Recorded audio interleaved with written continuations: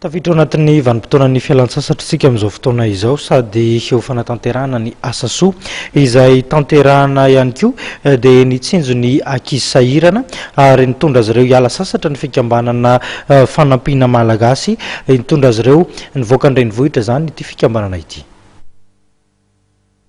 Ankizy misa zato no nentin'ny fikambanana fanampiana malagasy nijery ranomasina tany Volopointe ao Toamasina ny 30 aogositra hatramin'ny 3 septambra lasa teo. Fanampy napetraky ny fikambanana izay misahana asa sosialy izao fitondrana ankizy sambany vao mivoaka an'Antananarivo hijery ranomasina zao. Ho amin'ny fikambanana fanampiana malagasy dia zoany ankizy tanteraka ny miala sasatra indrindra rehefa vanim-potoana toy izao.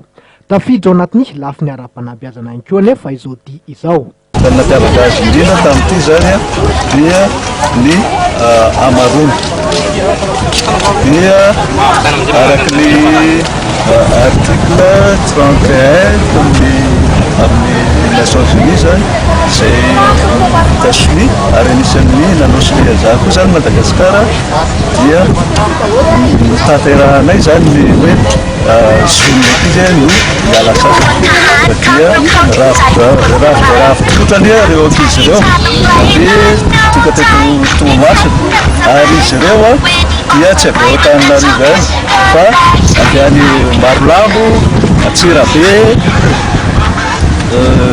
Toliary, Fort Dauphin sy Fianarantsoa sy ny avy ao Antananarivo zany.